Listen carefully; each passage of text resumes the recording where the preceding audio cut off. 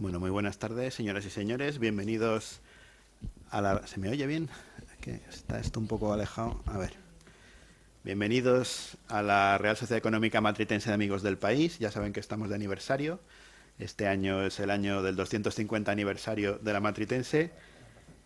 Y hoy tenemos además un doble aniversario, porque estamos a 2 días, creo, ¿no? 2 días, si no me equivoco, de que se cumplan los 400 años de lo que se ha dado en llamar la empresa de Salvador de Bahía, que es de lo que vamos a hablar hoy. Ya saben que en los últimos tiempos, por suerte, la historia de España, en muchos episodios que yo no sé a ustedes, pero a mí en el colegio no me lo contaron, ni en ningún otro sitio.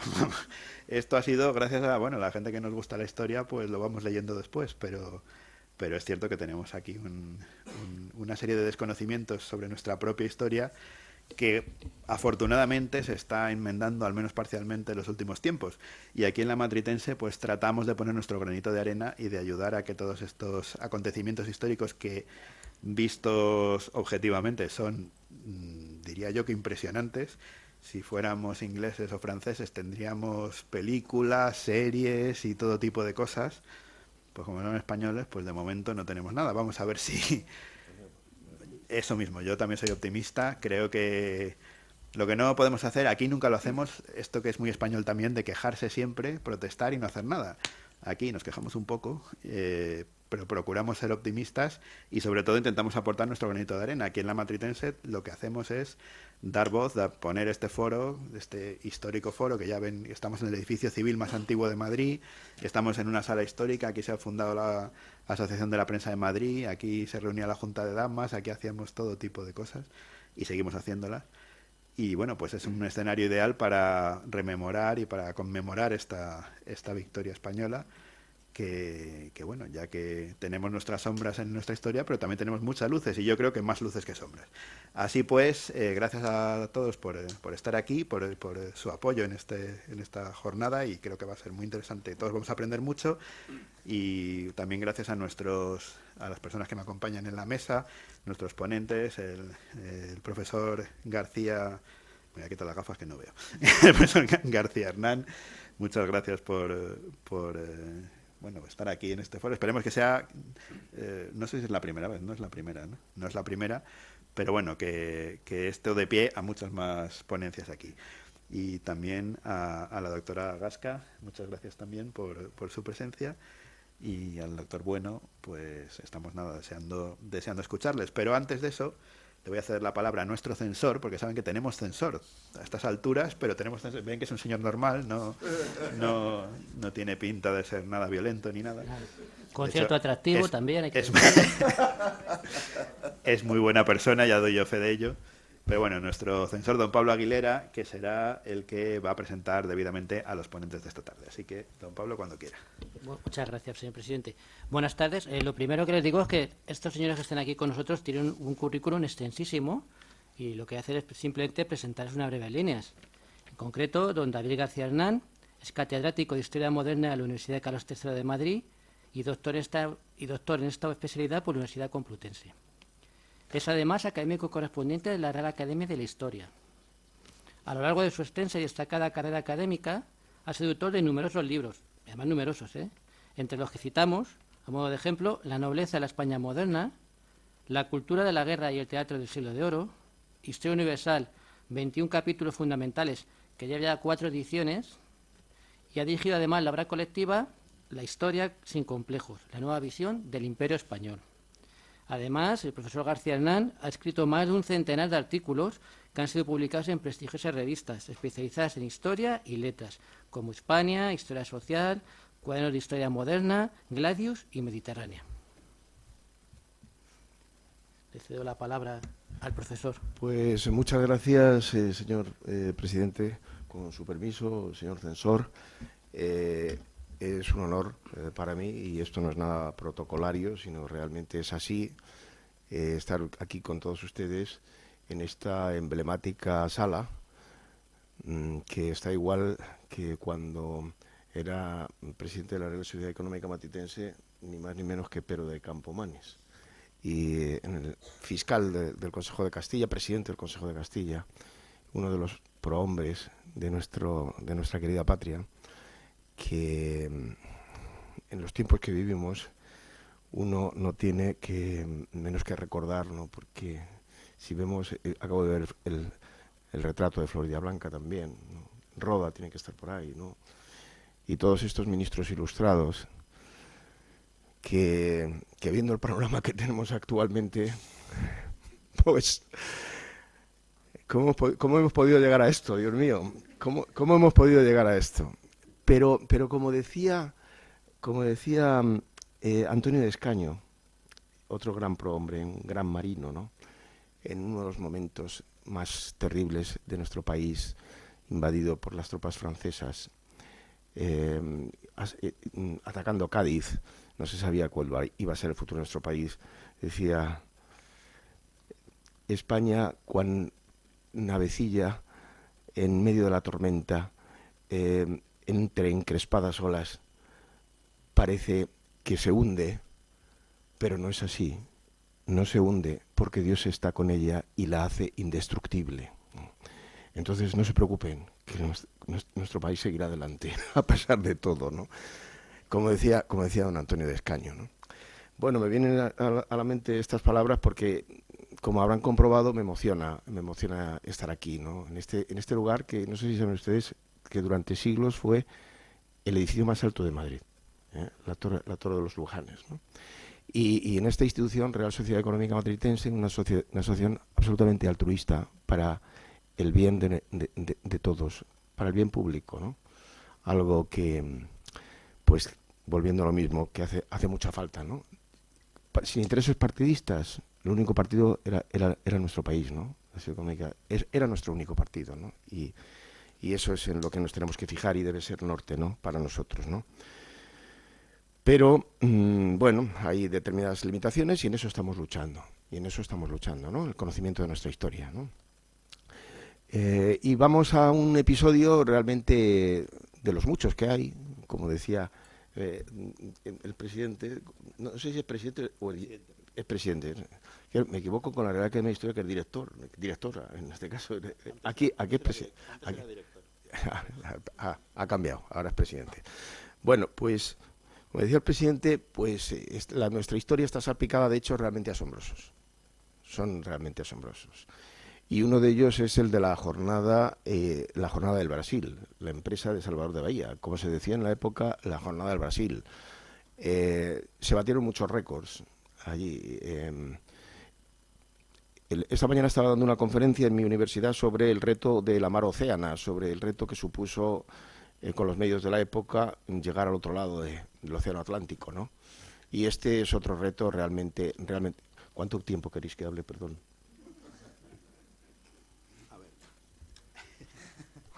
Hombre, a ver, normalmente las ponencias en total son de 1 hora, hora y pico, pero vamos, creo que el tema merece, bueno, pues puedo hablar merece quedarse un poco más de tiempo. ¿Puedo hablar ¿no? entonces 15 minutos?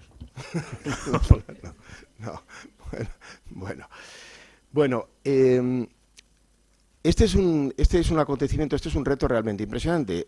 Nos han puesto al principio la imagen icónica que tenemos de este episodio, el episodio de Salvador de Bahía, en el cual una flota hispano-portuguesa, la mayor armada de guerra que hasta entonces había cruzado el Atlántico, llega a Salvador de Bahía, bueno, el anterior. Este es el cuadro icónico que está en el Museo del Prado, pintado por Juan Bautista Maíno, formó parte en 1665, formó parte del Salón de Reinos y es la imagen icónica que teníamos, y empleo el pretérito de imperfecto con conocimiento, ahora verán por qué, porque refleja ese acontecimiento, pero lo refleja de una manera simbólica, metafórica e incluso propagandística. Es un cuadro maravilloso desde el punto de vista de la historia del arte, lo han estudiado muchos historiadores del arte, forma parte del programa iconográfico del Salón de Reinos, que es, como creo que saben ustedes, un programa propagandístico de la monarquía y sobre todo del propio Conde Duque, ¿no? Para el Palacio del Buen Retiro, ¿no? Salón de Reinos para el Palacio del Buen Retiro, ¿no? Y este cuadro maravilloso pues, representa, por un lado, la piedad y la caridad católica de los bahianos curando al enemigo holandés y además como viene en el Compendio Historial de Valencia y Guzmán y en Tamayo de Vargas, que son las dos crónicas más completas en castellano de la Jornada del Brasil, con una herida que tiene en la tetilla, lo dice así, ¿no? Y en el cuadro viene reflejado, ¿no? Esta herida que tiene el soldado holandés. Y viene los holandeses rindiéndose a don Fadrique de Toledo, que es el comandante de la escuadra hispano-portuguesa, que está señalando a un tapiz en el que aparece a la derecha el conde duque de Olivares con esa arma blanca, que no es precisamente una navajita de Albacete, sino que es un pedazo de espada impresionante, ¿no? Y él no era un hombre de armas, pero y menos todavía en esta época, ¿no? Pero ahí se le representa como, dentro de la época, lo que era la gloria militar y lo que suponía manejar un arma de esas características. Se está coronando a un joven Felipe IV, que en esos momentos tiene 25 años, y le está coronando con la victoria, con la corona de laurel. Y si se dan cuenta, hay un detalle muy interesante. La cabeza del conde duque de Olivares está en un lugar superior a la cabeza del propio rey, con lo cual lo que el conde duque, que dirigía estos trabajos, quería representar con esto era su importancia extraordinaria, ¿no? Incluso con algo tan poco decoroso como ponerse él por encima del rey, algo que, volviendo otra vez al presente, ha podido pasar en nuestros tiempos, ¿no? No quiero decir nada más. Bueno, no sé yo si la lengua la voy a tener demasiado sujeta. Bueno, yo espero que sí, Bueno, le está coronando con la corona de laurel y al lado también la victoria, ¿no? La alegoría de la victoria, ¿no? Y es el único cuadro del programa iconográfico de Salón de Reinos en el que el comandante de la empresa no está en un lugar protagonista. El lugar protagonista es el tapiz, está evidentemente el conde duque Olivares y el propio Felipe IV. Pero a lo que realmente ocurrió, que para que se pudiera dar esa victoria y para que se pudiera reflejar de esa manera, es decir, un acontecimiento bélico de combinación de fuerzas terrestres y navales, aparece en el ángulo superior izquierdo del cuadro, prácticamente sin darle mayor importancia. Aparecen unos galeones en primer plano y al fondo prácticamente no se ven los demás barcos, y al fondo del todo está el escarpe tan grande que hay desde la ciudad baja hoy en día de Salvador de Bahía hasta la ciudad alta, que es donde está la mayor parte de los edificios de lo que es el casco histórico de Salvador de Bahía, pero que no se ven desde la imagen, ¿no? Entonces esto es una visión propagandística, también simbólica, como era todas las pinturas del barroco, ¿no? No se pintaba nada sin que tuviera un significado, ¿no?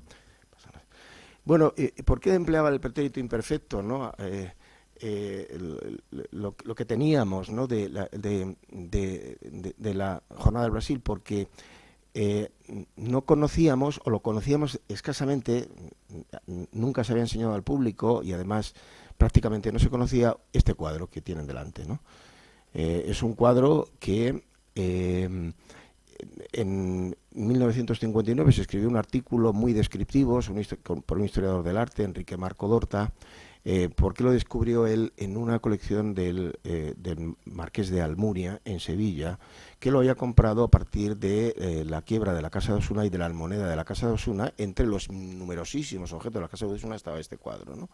Y escribió un artículo, pero era un artículo, no podía ser de otra manera, en una época en que la historiografía del arte era muy descriptiva, en la que, bueno, se limitaba a describir lo que aparecía en el cuadro y que de alguna manera está representado o está indicado en la cartela inferior en izquierda, en el ángulo inferior izquierdo que tienen, porque está indicado con todo detalle lo que es cada episodio, ¿no?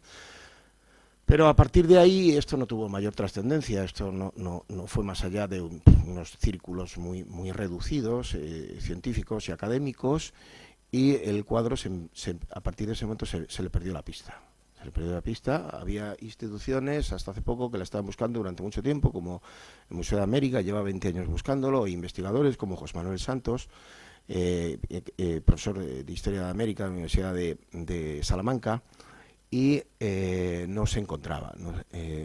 Se sabía de su existencia, pero no se encontraba. Pero, por suerte, el día 25 de diciembre se me hizo uno de los mayores regalos de Navidad que se me han hecho nunca, porque en esos momentos, 25 de diciembre de 2020, en esos momentos, pues el profesor que tengo a mi derecha, ya doctor, en aquellos momentos estaba todavía redactando su tesis doctoral y estaba realizando una biografía sobre don Fadrique Álvarez de Toledo, don Fadrique de Toledo, que es quien comanda las tropas, como hemos visto, y que es un personaje, hombre, no desconocido, pero desde luego poco conocido para la importancia histórica que tiene, ¿no? Entre otras cosas por lo que hemos visto en el cuadro de Maíno, ¿no? Porque esta época, este año 1625, el todopoderoso Olivares y lo que él consideraba que era importante era lo que trascendió en la historia de España. Lo que no era importante, por ejemplo, el protagonismo que se pudo dar al que dirigió esta empresa después del enfrentamiento que tuvo con él, un enfrentamiento personal muy duro, del que hablará Álvaro Bueno, pues prácticamente desapareció de escena de la historia de España. No se le conocía. Desde luego, mucho menos que el personaje que todos ustedes conocen, que está representado en la estatua de la Plaza de la Villa, que la tenemos aquí al lado, que es otro gran marino español, el Marqués de Santa Cruz, don Álvaro de Bazán, ¿no? Y sin embargo, los éxitos que tuvo fueron absolutamente impresionantes, ¿no? Pero lo que ocurre es que el relato, hoy que se habla tanto de relato, es muy importante, no le favoreció, entre otras cosas, porque se enemistó con el poder. Y enemistarse con el poder pues tiene unas consecuencias, sobre todo si el que tiene el poder pues tiene también las posibilidades de ofrecer un determinado relato. Pues para luchar contra ese relato que de alguna manera falseaba la historia por omisión, Álvaro Bueno, el profesor Álvaro Bueno, estaba escribiendo la biografía de Fadrique de Toledo a partir de un encargo que nos hizo el descendiente directo suyo, que es el actual 12º Marqués de Valdueza. Fadrique Álvarez de Toledo era un segundón de la casa de Villafranca, pero consiguió por sus méritos crear su propia casa, crear su propio linaje, su propio título, y fue el primer Marqués de Valdueza. Pues el 12º Marqués de Valdueza es el que se encargó de encargar, valga la redundancia, una biografía sobre el personaje, ¿no? Yo me comprometí con él a que dirigía la investigación, Álvaro Bueno la hacía, que le hizo todo él prácticamente yo hice el prólogo, bueno, le dije algunos consejos, y en esa situación recibo ese WhatsApp en el 25 de diciembre de 2020, en el que me dice: tengo este cuadro en mi casa, ¿cree que puede servir para algo? Y yo, que veo el cuadro, le dije: ¿pero cómo? Esto es un acontecimiento cultural de primerísimo orden, esto es algo increíble, ¿no? Y hasta aquí, esto es lo que nos ha traído hasta aquí a partir de una serie de actividades que hemos hecho, que se las voy a comentar, ¿no? Bueno, este cuadro, como ven, es una visión, es otro relato completamente distinto. Es el relato de lo que pasó, pero se puede contar de otra manera. En el relato de Juan Bautista Maíno, la esencia de lo que se quería representar era algo emblemático, metafórico, simbólico, propagandístico. Aquí lo que se quiere representar es la verdad histórica. Bueno, todo lo que se acerque más a la verdad histórica, porque como saben ustedes, la historia no es una ciencia exacta, por supuesto, y tampoco se puede decir que haya una objetividad total en la historia. Se tiende hacia la objetividad. El historiador debe ser honesto y tender hacia la objetividad. Pero desde el momento en que, cuando hurga en el pasado, elige del pasado los temas que él considera importantes, ya está habiendo un grado de subjetivismo, ¿no? Entonces la objetividad total es imposible, ¿no? Y este cuadro pues no es objetivo del todo, es un cuadro pro castellano, es un cuadro pro don Fadrique y es un cuadro pro guardar la memoria del linaje de Fadrique Álvarez de Toledo por los siglos y los siglos, que de alguna manera quienes se encargaron el cuadro estarían muy satisfechos de vernos hoy en día aquí viendo este cuadro y casi nos dirían, lo hemos hecho para ustedes, disfrútenlo, porque lo hemos hecho para ustedes, para que vean esta verdad, ¿no? Pero siendo un cuadro en el que hay cierto grado de subjetivismo, luego analizaremos un poco con más detalle por qué, es un libro de historia abierto, es un libro que quiere reflejar la realidad. Miren ustedes, si en el cuadro anterior aparece un personaje como es el Conde de Olivares, que parece como que es un personaje esencial de este capítulo de la historia, este cuadro no aparece absolutamente para nada. ¿Y quiénes son los que aparecen?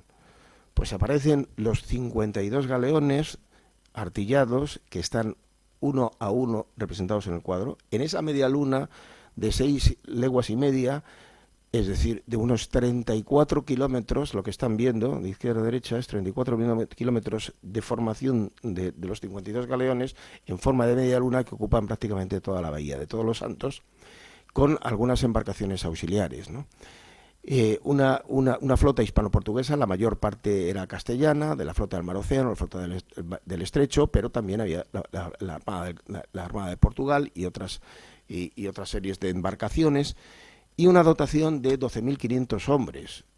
Ahí es nada, mandar 12.500 hombres al otro lado del océano, gente de tierra y de mar. Esto es muy interesante. Gente de tierra, no es porque se les llamara despectivamente gente, es que se llamaba así. La gente de tierra eran los soldados de tierra y gente de mar eran los marinos, ¿no?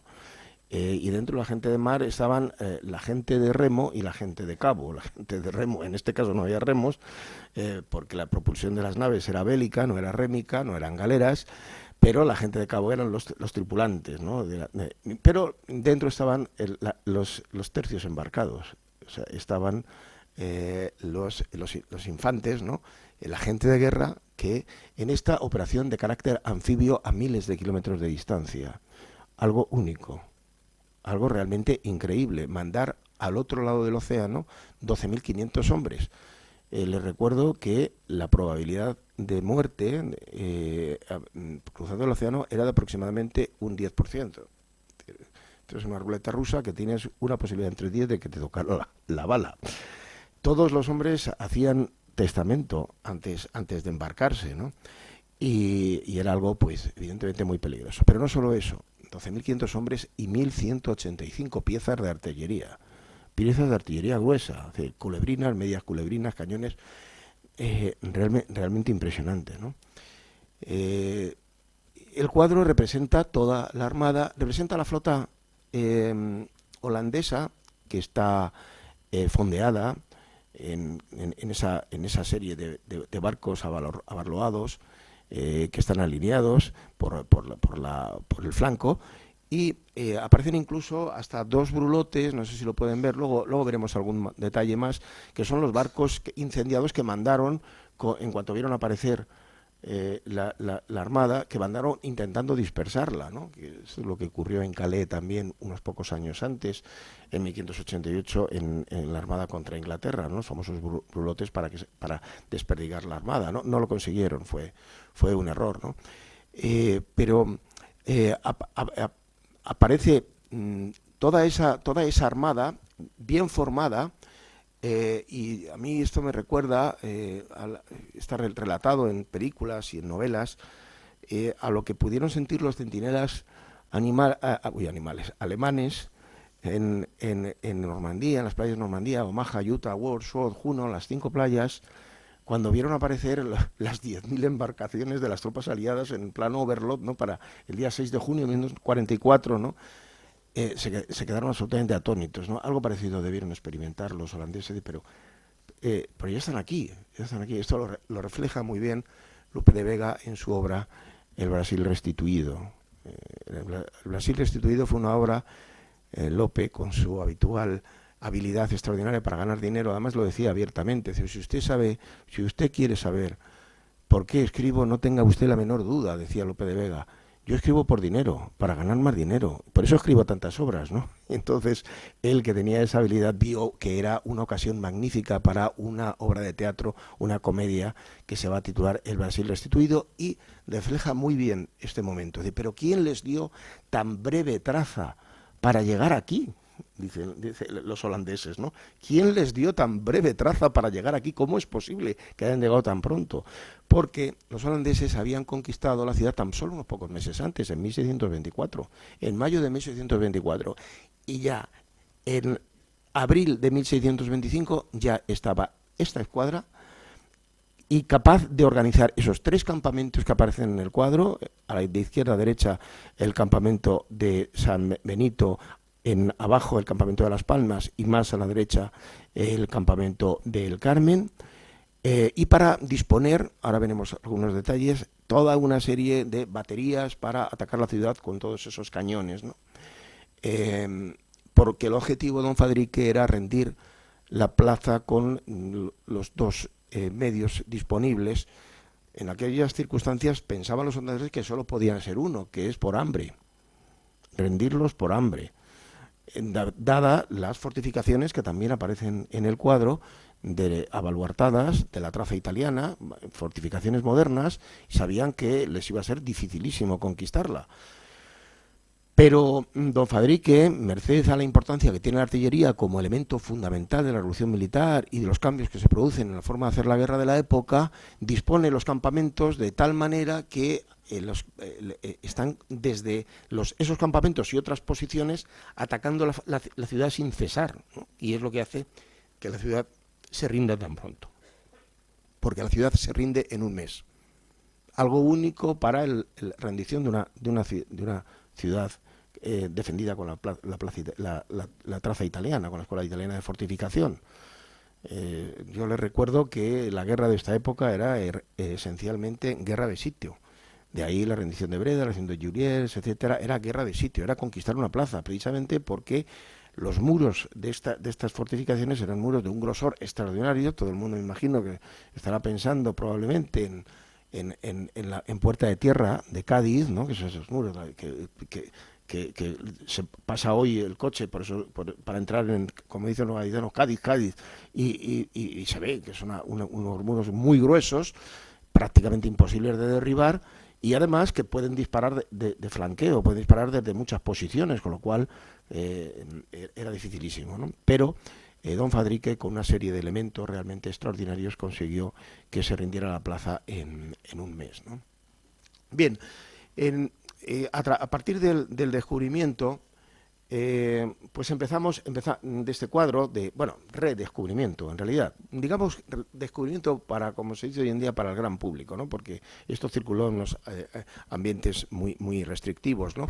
A partir de aquí nos dimos cuenta de lo que teníamos entre manos y formamos un equipo de investigación en el que ya estaba trabajando el propio José Manuel Santos, que he mencionado antes, y este libro, que se publicó en el propio 1624, junto con otro miembro del equipo de investigación, que es Irene María Vicente, y con Enríquez Moura, Rodríguez Moura, publicaron este libro sobre las relaciones de sucesos, sobre el eco que había tenido el acontecimiento. Y lo pongo aquí, en primer lugar, después de la exposición del propio cuadro, para que se pongan ustedes en escena, en situación.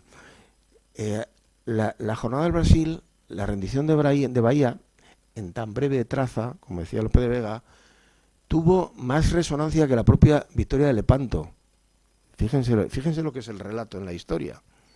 Es decir, Lepanto, con con todos los cuadros que se pintaron, con todos los relatos y todas las relaciones de sucesos, fue un acontecimiento impresionante. Bueno, pues Bahía fue más espectacular. Yo lo dije ayer en Ciudad Real, que tuve ocasión de una conferencia, y nadie me lo rebatió, y había varios catedráticos de universidad, gente muy especializada, que estaba Christopher Storrs y otros grandes académicos de distintos países. Fue el acontecimiento más espectacular de este Annus Mirabilis de 1625, en el que se da la rendición de Breda, que por motivos obvios es el acontecimiento más conocido por el impresionante cuadro de Velázquez, pero no fue el acontecimiento más espectacular.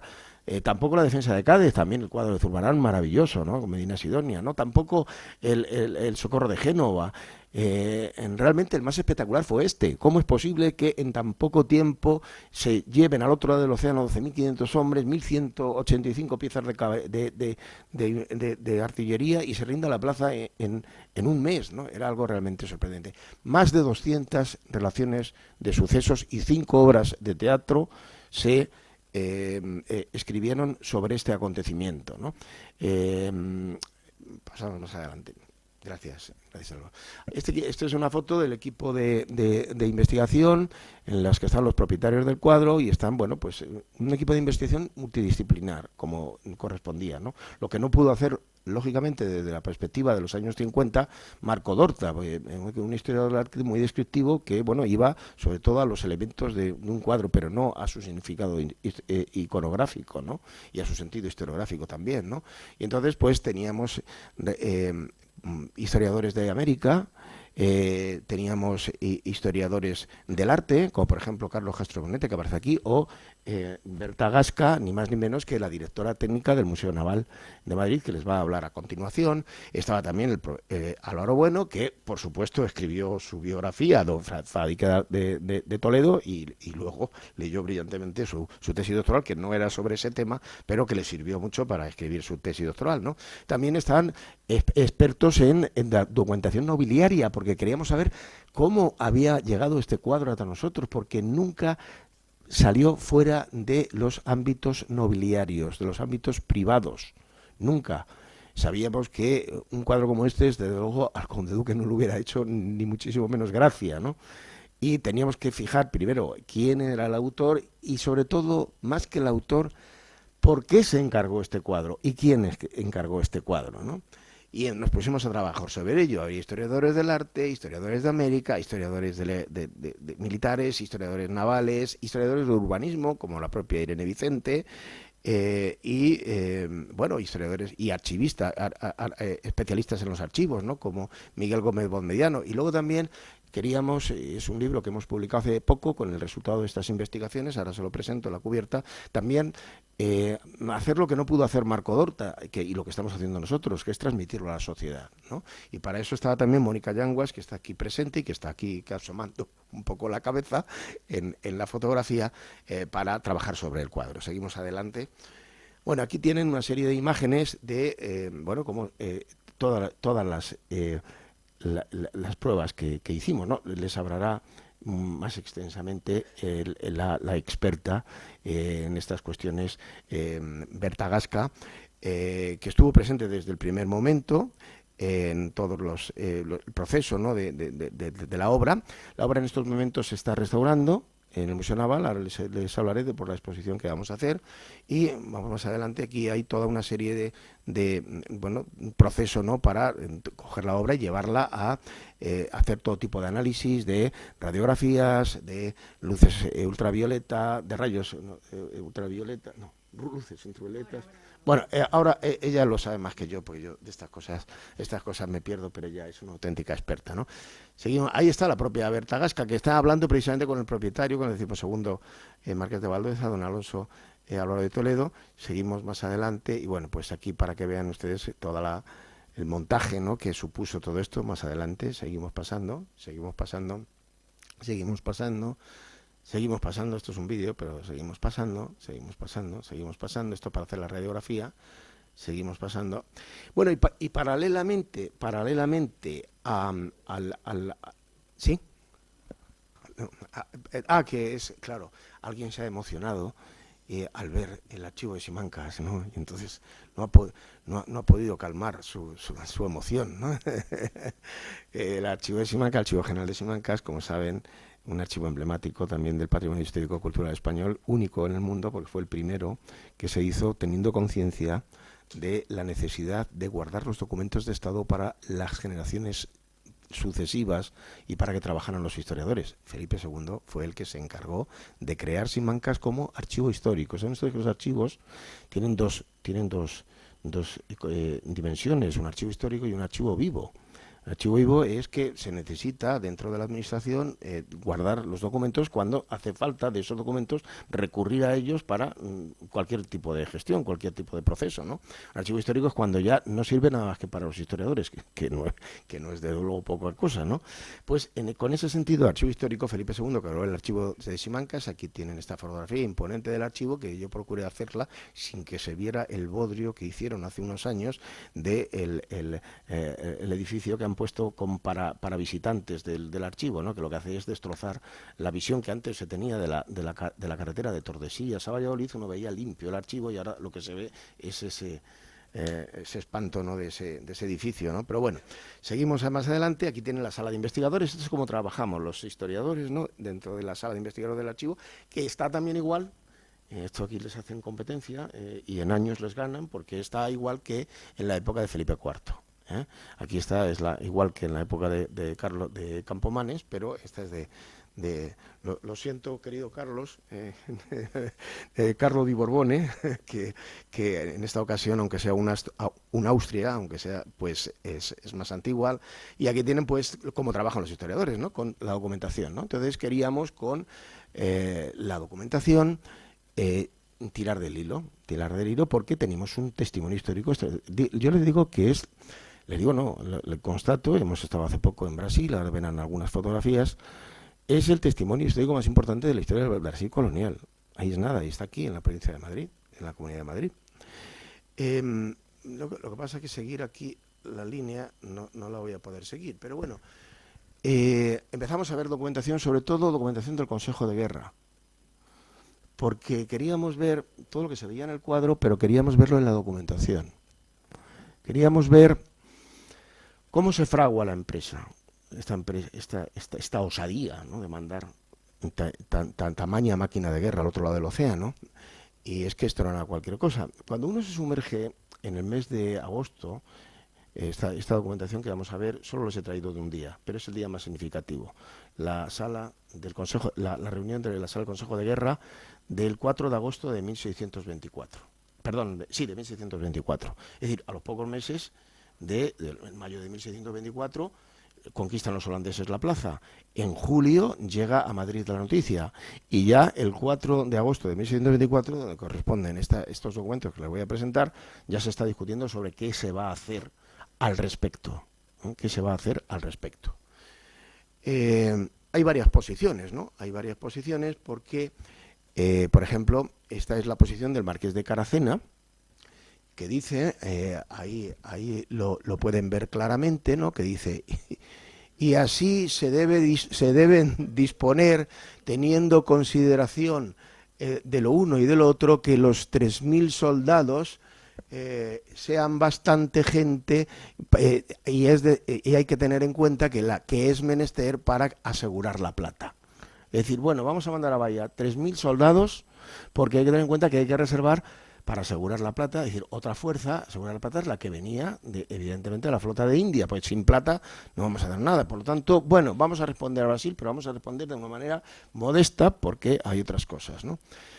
Bueno, este es un planteamiento que tenía no solo Marqués de Caracena, tenían muchos. Y como les estaba contando, cuando uno se sumerge en esta documentación, en agosto de 1624, pues lo que espera encontrar es el monotema de Brasil, porque ha sido un zarpazo tremendo para la monarquía, porque es que desde Salvador de Bahía se puede controlar las rutas del Océano Atlántico y con ello entorpecer la plata, con ello atacar otros puertos de la monarquía. Además,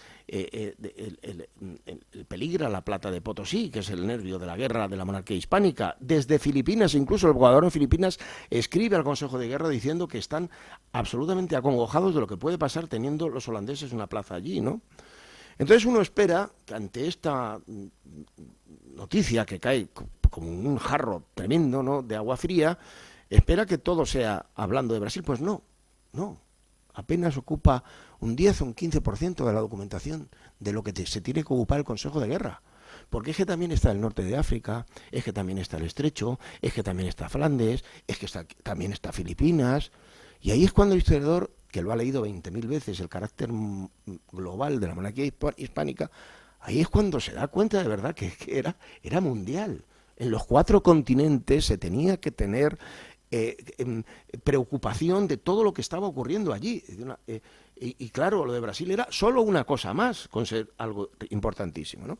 Seguimos adelante. Otras posiciones, como la del Marqués de Caracena, eran también muy interesantes, porque, perdón, el Marqués de Caracena, ya lo he dicho antes, como el padre confesor, Andrés de Sotomayor, el padre confesor, fíjense, esto es muy significativo, el padre confesor que es miembro del Consejo de Guerra y es un clérigo.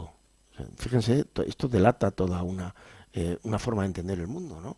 El padre confesor, que es un personaje muy importante en la corte, tiene que decir en cuanto a la respuesta que se tiene que dar en Bahía, ¿no?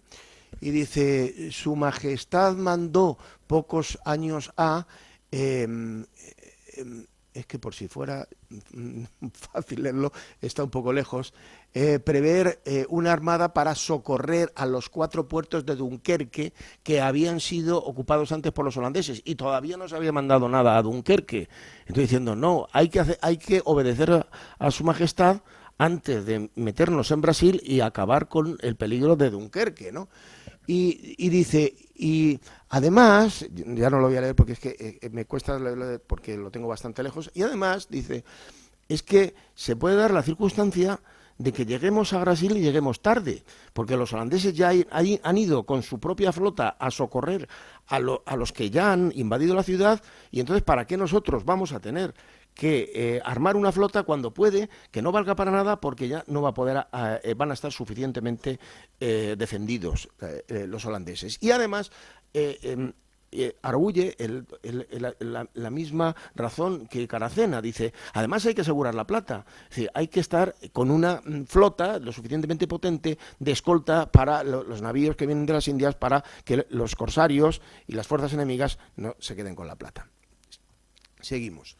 Pero, y ya no les mareo más con esta letra tan maravillosa y tan fácil de leer, que el conde de Gondomar, que era el que más sabía de política exterior, muchísimo más que el conde duque de Olivares, había sido ni más ni menos que embajador en Inglaterra y sabía muy bien de lo que hablaba, pues decía que, se lo resumo, que el rey tiene tantos puertos y tiene tantas tierras que no se pueden conservar. Esta idea es muy interesante porque además define toda una política de la monarquía en siglos.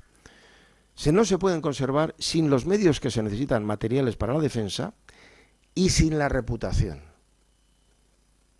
¿Qué quería decir con eso? Porque como se enteren que no tenemos la fortaleza suficiente, la reputación suficiente para mantener esa plaza, luego van a venir todos que nos van a considerar débiles y atacar todo lo que tenemos, ¿no?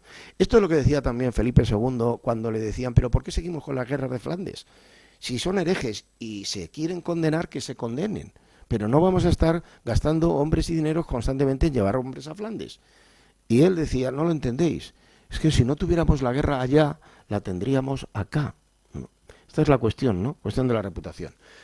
Y entonces, ¿qué es lo que dice Gondomar? Dice que hay que ir allí y es que dice textualmente, porque con la mayor fuerza posible, viene ahí, y con suma brevedad, dice, y luego dice, y aunque quede descubierto y aventurado todo lo demás, porque enviando socorro que no sea de esta calidad, como diríamos hoy en día, ir con todo a Brasil, se añadirá pérdida a todo. Es decir, como perdamos la reputación, se añadirá pérdida a todo. Bueno, esto es lo que va a decir más adelante, cuando hace su crónica del acontecimiento, lo que va a decir Tamayo de Vargas. Tamayo de Vargas va a decir textualmente, y en suceso, en la crónica que hace en el año 1628, y en suceso de tanto cuidado, es decir, de tanta importancia, y que habría de asistir la observación de todo el mundo, no era razón que se pusiese a riesgo el crédito de España. Dicho de otra manera, la reputación de España. No es momento para poner a prueba esto, pues en ningún caso podía empeñar mejor su poder que en esto. Está todo el mundo pendiente de lo que va a hacer la monarquía y lo que hay que hacer es dar respuesta a esto. ¿Por qué? porque está en juego el crédito de España. Luego volveré sobre esta expresión de lo del crédito de España. Bien, a partir de ahí empiezan no se preocupen que esta es el último documento. A partir de ahí empieza a alistarse, porque es una ocasión magnífica para aquellos que quieren mejorarse social y económicamente dentro de la monarquía, porque tengan en cuenta que durante años había habido una tregua, la tregua de los 12 años, de 1609 a 1621, y había muchas personas que querían hacer de la guerra su propio trampolín para encumbrarse socialmente y económicamente, ¿no? Hay muchísimas peticiones para enrolarse en la jornada del Brasil. Por ejemplo, como soldado de ventaja, es decir, que se les pagará el sueldo, pero se les pagará un sobresueldo de 4, 6 u 8 escudos, no dependiendo de las circunstancias. También para que se les concediera un hábito de las órdenes militares. También para que, siendo caballero de las órdenes militares, se le concediera una encomienda de las órdenes militares. También para que se permitiera desvincular bienes mayorazgos del patrimonio nobiliario de una determinada casa. Bueno, sin fin. Y esta es muy interesante, la verán en la exposición que he mencionado, porque es de un hijo que su padre, que es un aristócrata, que su padre le ha quitado su condición de noble, su condición de hidalgo, porque se ha casado sin su permiso. Y entonces le pide al Consejo de Guerra que traslade al rey la consulta de que le conceda otra vez ser hidalgo, la hidalguía, si se alista en la jornada del Brasil, ¿no? Bueno, para que vean ustedes la variedad, ¿no?, de ocasiones que hay. Seguimos adelante. Bueno, el cuadro, voy a ir terminando. El cuadro es un sinfín de... Como les he dicho antes, nada se pintaba, esto lo sabe mucho mejor Berta Gasca y se lo va a explicar mucho mejor que yo, nada se pintaba y sin ninguna razón, todo tenía su sentido, ¿no? La empresa era también una empresa religiosa. Hay que tener en cuenta que no solo estamos hablando contra un enemigo que es otra nación, que son los holandeses, una nación rebelde, además, con lo que significaba el delito de lesa majestad, es decir, de traición al rey en aquella época, ¿no? Y rebelarse contra el rey, ¿no? Además eran herejes, además eran calvinistas. Por lo tanto, no eran enemigos, eran el anticristo. Iban contra la propia religión católica, ¿no?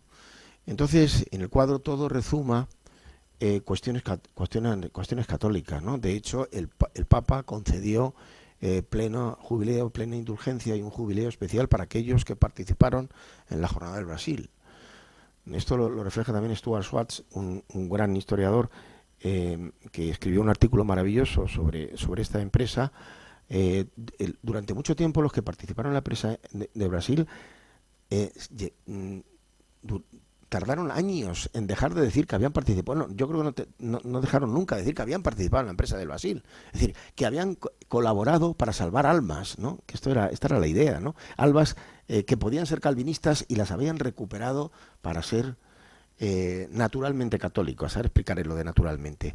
Y aparecen entre los infinitos detalles del cuadro, aparecen los franciscanos, que en las crónicas aparecen, por ejemplo, en el Compendio Historial de Valencia y Guzmán, y aparece el sacramento de la confesión, ahí lo tienen, ¿no? El padre franciscano confesando, y aparece también el padre franciscano predicando, y ven el color de la piel. Estos son detalles minúsculos del cuadro. Ahora vemos otra vez el cuadro, o sea, apenas perceptibles en el cuadro, que son vallanos, que son mestizos, y que se les está enseñando la religión católica, ¿no? Además, seguimos avanzando. Todo tiene su significado. En la parte holandesa, donde están los holandeses, dentro de la ciudad, aquí tenemos una horca, y en la parte de la izquierda hay una horca que está a rebosar de gente que va a ser ahorcada, ¿no? Mientras que en la parte que tienen a la derecha, que es la horca de la parte donde están los españoles, está libre. ¿Por qué? Por la idea del perdón, la misma idea que está en el sacramento de la penitencia, que es el sacramento más atacado por parte de los protestantes, ¿no? Y ahí se refleja también en el cuadro. Seguimos más adelante. Y también en la propia torre de la catedral. La propia torre de la catedral, las crónicas nos dicen que se quitó la bandera holandesa para poner la bandera de los castillos y los leones. Lo dice así la crónica de la época. Bueno, en el cuadro vemos que no hay ninguna bandera. O sea, están los holandeses ocupando todavía la ciudad en el cuadro, pero no hay ninguna bandera holandesa. ¿Por qué? Porque el pintor quiere destacar que en realidad Brasil no ha dejado de ser católico, porque su naturaleza es una naturaleza católica y es el mismo elemento simbólico que utiliza Lope de Vega en su obra. En su obra aparece el personaje Brasil y el personaje Brasil está constantemente comunicando que su esencia natural es católica, no puede ser calvinista de ninguna manera y en ningún momento llegó a ser calvinista, ¿no? Por eso en la torre de la catedral no aparece la bandera. Seguimos adelante. Y aquí tenemos otro de los elementos muy importantes que nos ha desvelado la investigación del cuadro y también la propia documentación. No les voy a aburrir más, evidentemente, con más documentación, pero hemos descubierto cosas realmente interesantes. Por ejemplo, cómo al principio el conde duque, que no tenía idea de política exterior, decía que había que respetar todo lo que decía don Fadrique. Y tenemos una carta maravillosa, que yo se la pasé la fotografía a su sucesor claramente, en la que decía, cuidado, no vayamos a enfadar a don Fadrique de Toledo. Que diga esto conde Duque de Olivares es algo realmente increíble. Luego se enfadará con él y luego no tendrá ese problema. Pero en esos momentos era así. Lo cual nos habla de ese protagonismo. Este es Fadrique Álvarez de Toledo, que es el retrato más auténtico que tenemos de él, porque el que aparece en el cuadro aparece en el cuadro de Maino aparece demasiado difuminado y en nuestro cuadro aparece muy pequeñito, como veremos. Aparece la figura muy pequeñita, pero sin embargo su esencia permanece en unos detalles que vamos a ver, ¿no? Este es don Fadrique de Toledo en San Cristóbal y las Nieves, que es otro episodio de la monarquía, más adelante. Pero aparece también aquí otro detalle minúsculo del cuadro. Aparece en la comitiva que va en ese momento al campamento de Las Palmas, que lleva el guión de don Fadrique y lleva el bastón de mando, lo tenemos aquí, de capitán general de las tropas, lleva la banda de general y lleva la espada y lleva, seguimos más adelante, si se fijan, una gola de lechuguilla que había sido prohibida por Olivares en la Junta de Reformación el año anterior, diciendo que eso eran dispendios de la nobleza que no tenían ningún sentido y que por lo tanto se prohibían. El propio rey fue el primero en ponerse un cuello liso. Vamos a lo anterior. Toda la comitiva, el cuello liso es este, que lleva toda la comitiva, ¿se dan cuenta? No lleva ningún adorno. Bien es verdad que en documentación que también encontramos en Simancas, bien es verdad que para los militares de alta graduación estaba permitido. Pero de alta graduación eran todos los maestres de campo que acompañaban, aquí están, que acompañaban a don Fadrique, ¿no? Pero sin embargo en el cuadro se quiere significar la importancia que tiene don Fadrique como para llevar gola de lechuguilla para destacarse de todos los demás. En el propio cuadro, volvemos al cuadro entero, ¿no? Sí, para atrás al cuadro entero. En el propio cuadro, fíjense que más adelante. Fíjense que el cuadro, no sé si se va a leer aquí, no se lee. Pero aquí en el cuadro dice sitio de empresa de Salvador de Bahía, dice directamente por don Fadrique de Toledo. Más protagonismo no se le puede dar. Por don Fadrique de Toledo, capitán general del ejército de Portugal y de la Armada del Mar Océano y gente de guerra. Y luego pone, curiosísimo, nos llamó inmediatamente la atención, 30 de abril de 1625. ¿Pero cómo 30 de abril de 1625? Pero si todas las relaciones y en los libros de historia figura como la fecha de recuperación de Bahía 1 de mayo, ¿por qué pone 30 de abril? Pues muy sencillo. 1 de mayo es el día de San Felipe, lo que le vino fenomenal al conde duque de Olivares para adular todavía más al rey porque se había recuperado la ciudad en el día de su onomástica, ¿no? Pero 30 de abril es cuando don Fadrique acepta las capitulaciones del coronel holandés. Es decir, el protagonismo que tiene Fadrique, que es él el que consigue esa negociación. Y por lo tanto, la fecha real del sitio y empresa de Salvador de Bahía, de la Jornada del Brasil, es 30 de abril, no es 1 de mayo, ¿no? Seguimos más adelante. Ahora ya tenemos que recuperar, lo siento, tenía que haber puesto ahí otra imagen para no tener que hacer esto, ¿no? Bueno. Adelante, más adelante, ahí, más adelante todavía.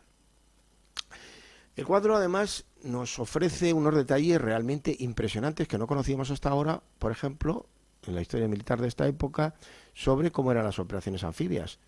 Ni siquiera en la sala de batallas del Escorial, en la representación de la isla Terceira por el Marqués de Santa Cruz, ni siquiera ahí vemos este detalle de cómo se efectuaban las operaciones de desembarco, la operación anfibia.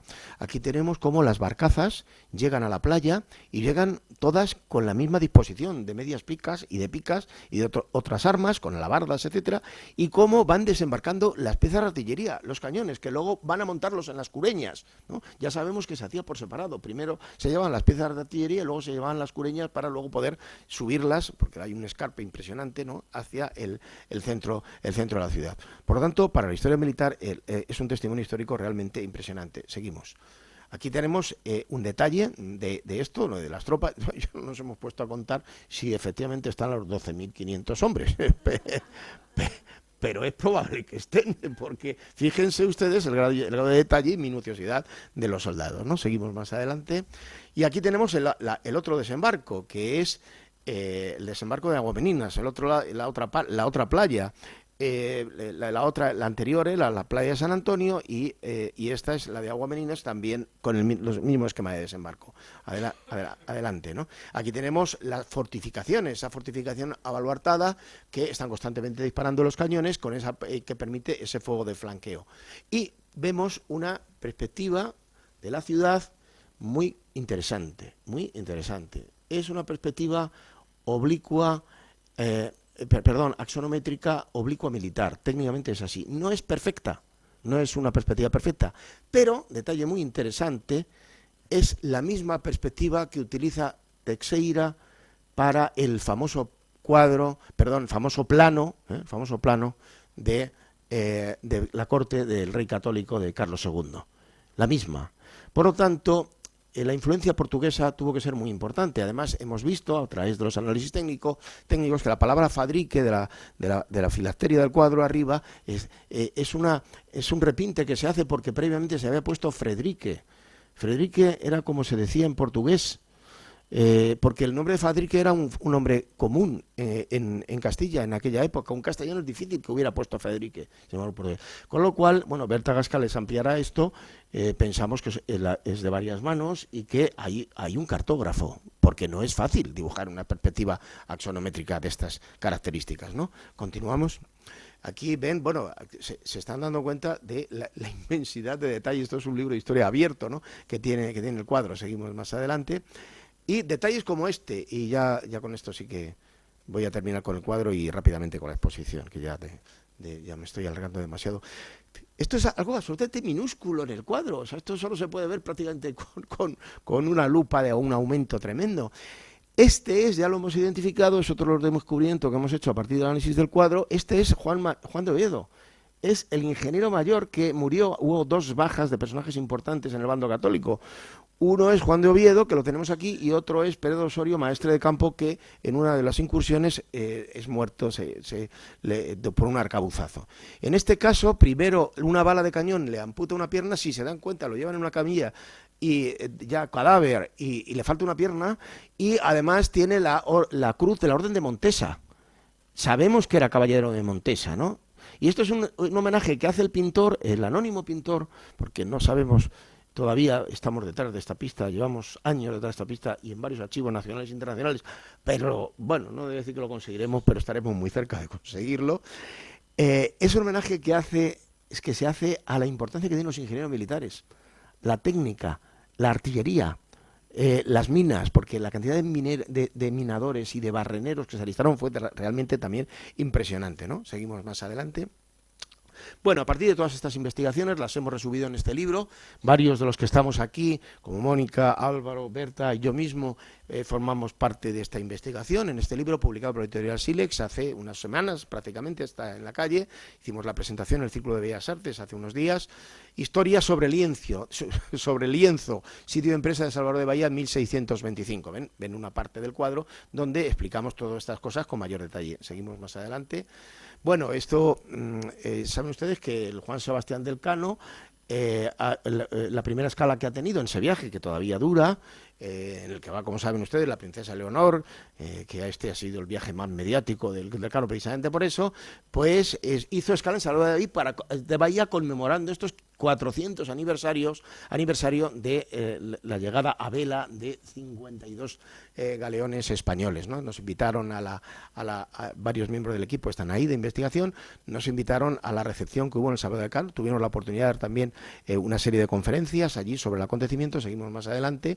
La Marina brasileira nos honró con todo tipo de agasajos. La Marina Española le regaló una copia que se hizo del cuadro, aquí lo tenemos en el Museo de Força de Mar, en Salvador de Bahía, que lo pusieron en un lugar absolutamente destacado del museo, esa copia. Nosotros tenemos la suerte de tener el original, que ya quisieran ellos, pero bueno, seguimos más adelante, y bueno, pues esto fue un acontecimiento en Brasil, un reportaje que nos hizo el periódico más importante del nordeste de Brasil. Luego más adelante ha salido otro reportaje sobre el acontecimiento en O Globo, que es el periódico más importante de Brasil. Seguimos más adelante, y esto es donde está el cuadro actualmente, está en el Museo Naval. Esta es Irene García, que es una restauradora espectacular, compañera de Berta Gasca, que está realizando minuciosamente las labores de restauración. Realmente estaba, para ser un cuadro del siglo XVII, de 3 por 60 y por 1,62, de 3 metros por 1,62, aquí ven un poco las dimensiones a partir de la propia imagen de Irene, pues estaba muy bien conservado para ser del siglo XVII, ¿no? Pero se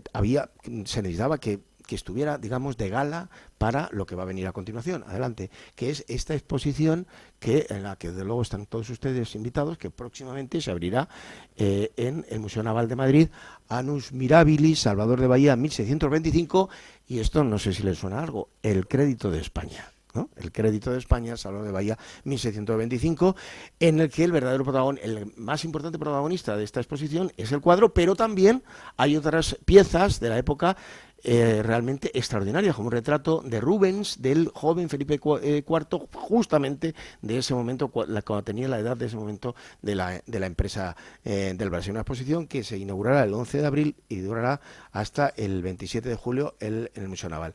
También en la segunda semana de mayo se estrenará en los cines una película documental sobre todas estas cuestiones, que yo les invito a ver, desde luego, porque se ha conseguido una animación de los personajes del cuadro en 2 dimensiones realmente extraordinaria, ¿no?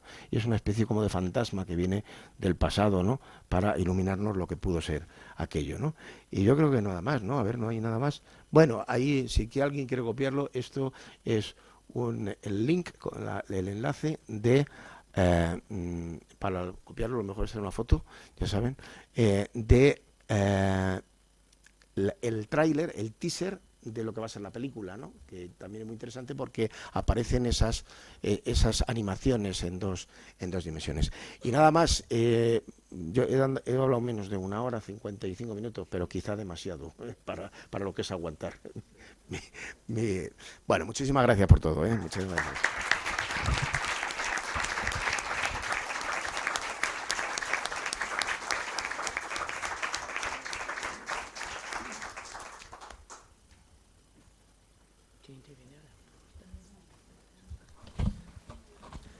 Paso a presentar a don Álvaro Bueno Blanco, que es el siguiente ponente. Es doctor en Historia por la Universidad Carlos III, donde actualmente trabaja como profesor ayudante. Su carrera académica está respaldada por diversas publicaciones en revistas de prestigio, tanto nacionales como internacionales, lo que resalta su relevancia en la investigación histórica. Ha participado en numerosas conferencias, destacando intervenciones en instituciones de renombre como la Universidad de Cambridge y la Universidad de Nova de Lisboa. Además, ha organizado y coordinado varios seminarios y encuentros académicos, promoviendo el intercambio de ideas y el enriquecimiento del conocimiento entre expertos en el campo. Es autor del libro Fadrique Álvarez de Toledo, El sueño, la gloria y la realidad del poder, una obra que aborda la vida y el legado de este importante personaje histórico, demostrando su habilidad para analizar figuras clave con un enfoque detallado. Su labor como investigador y docente refleja su compromiso con la historiografía y su pasión por la historia de la nobleza y la diplomacia, contribuyendo significativamente a la comprensión de estos campos en la historiografía moderna. Álvaro, por favor, cuando quieras. Señor presidente, señor censor, muchísimas gracias por la presentación y muchísimas gracias, en primer lugar, a la institución por acoger esta jornada, a las personas que han hecho posible que yo esté aquí. Les agradezco muchísimo que hayan pensado en mí y a todos ustedes, a todos los aquí presentes. Sí, me lo acerco mejor. Y decía que gracias a todos ustedes por estar hoy aquí y es un placer, la verdad, estar en una institución. En mi caso sí es la primera vez que tengo el placer de hablar en esta institución y se agradece muchísimo este tipo de actividades para todos los que amamos la cultura y amamos la historia, pues este tipo de iniciativas, este tipo de instituciones que la apoyan tanto y a todos ustedes que la acogen también es un placer. Yo pues les voy a hablar del mayor protagonista seguramente de esa empresa de Salvador de Bahía, don Fadrique de Toledo Osorio, con un doble objetivo en esta presentación. En primer lugar, hacer una breve presentación del personaje, ¿no? Quién era, por qué llega ahí, por qué hemos repetido tanto su nombre. Precisamente, como ha dicho el profesor García Hernán, un personaje demasiado poco conocido para la importancia que tuvo, pues poner en valor esa importancia que tuvo. Y en segundo lugar, la relevancia de la campaña de Bahía para él a nivel personal. También he hecho referencia a cómo muchos de los participantes en esta empresa tardaron muchísimo tiempo en dejar de mencionar, si es que alguna vez lo hicieron, que habían participado en ella. Pues el general al mando de las operaciones, evidentemente, no tuvo menos orgullo por ese papel. Bien, ¿quién es don Fadrique de Toledo? Bueno, él nace en una familia bastante importante de la Castilla de la época, los marqueses de Villafranca. Es hijo del quinto marqués de Villafranca, una familia además de una larguísima tradición como marinos. Al segundo marqués de Villafranca había sido virrey de Nápoles y había puesto en marcha en buena parte la armada de ese virreinato, y tanto su abuelo, su tío abuelo, su padre fueron capitanes en distintas escuadras de la Armada Española, pero él tuvo el condicionante desde el nacimiento de que no fue el primogénito, fue hijo segundo en una época en la que todos los esfuerzos familiares iban a parar al primogénito. Era quien iba a heredar la casa, quien iba a heredar el mayorazgo. Por lo tanto, los hijos menores tenían que buscar otra forma de ganarse la vida para no ser realmente una carga para la familia. Es ese reto de la segundogenitura que les planteo ahí. Normalmente se optaba por el servicio al rey en el ejército o por el ingreso en el clero, que fue esta vía la que comenzó don Fadrique, el ingreso para estudiar cánones en la Universidad de Salamanca, con el modesto objetivo de algún día convertirse en papa, como él le dejó por escrito a su propio padre. Más allá de esos sueños adolescentes, muestran ese carácter fuerte que va a ser una de las características personales, valga la redundancia, de don Fadrique a lo largo de toda su vida, para bien y para mal en algunos momentos, como luego veremos. Pero, como les digo, ya desde muy joven mostró ese fuerte carácter. No le duró mucho la idea papal, y 2 años después del ingreso en Salamanca decide abandonar esa vía que había iniciado, esa vía eclesiástica, y seguir esa tradición familiar, iniciando su servicio en la Marina. Aprovechando precisamente que su padre era capitán general de las galeras de España, pues va a ingresar en 1607, justo cuando cumplía los 18 años, ingresa como capitán por su condición nobiliaria en esa escuadra que dirigía su padre.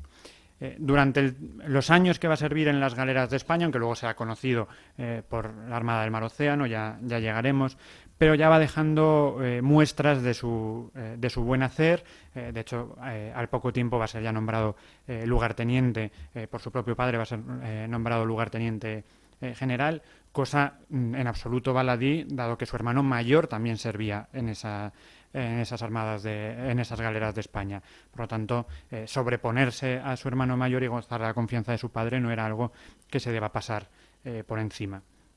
Y les he destacado algunas de las campañas en las que se refleja más importancia de don Fadrique: la expulsión de los moriscos en 1609, como todos ustedes seguramente sepan, es una de las medidas estrella del duque de Lerma, expulsar a todos los moriscos, primero del Reino de Valencia y luego ya del resto de la península. Pues él tiene una participación muy activa, también en las campañas de tierra, porque hubo poblaciones moriscas, sobre todo en la Sierra de Espadanes, donde tiene más actuaciones don Fadrique, que se resistían evidentemente a esa expulsión. Pues ahí tiene una primera actuación destacada, y luego también las sucesivas campañas para apoderarse del Arache y la Mamora, que eran dos presidios en el norte de África que tienen ahí destacados en el mapa, que se habían convertido sobre todo en bases piráticas, ubicadas además en un punto geoestratégico muy importante, porque controlaban un poco la llegada al estrecho de Gibraltar y podían incluso amenazar la llegada de los barcos de América. Era muy importante apoderarse de esas dos plazas. Pues él va a participar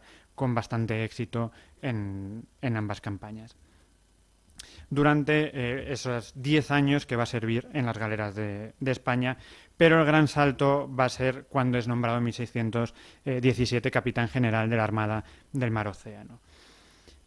No es un nombramiento cualquiera. Este cargo era posiblemente el más alto en el escalafón militar en el mar de esta época.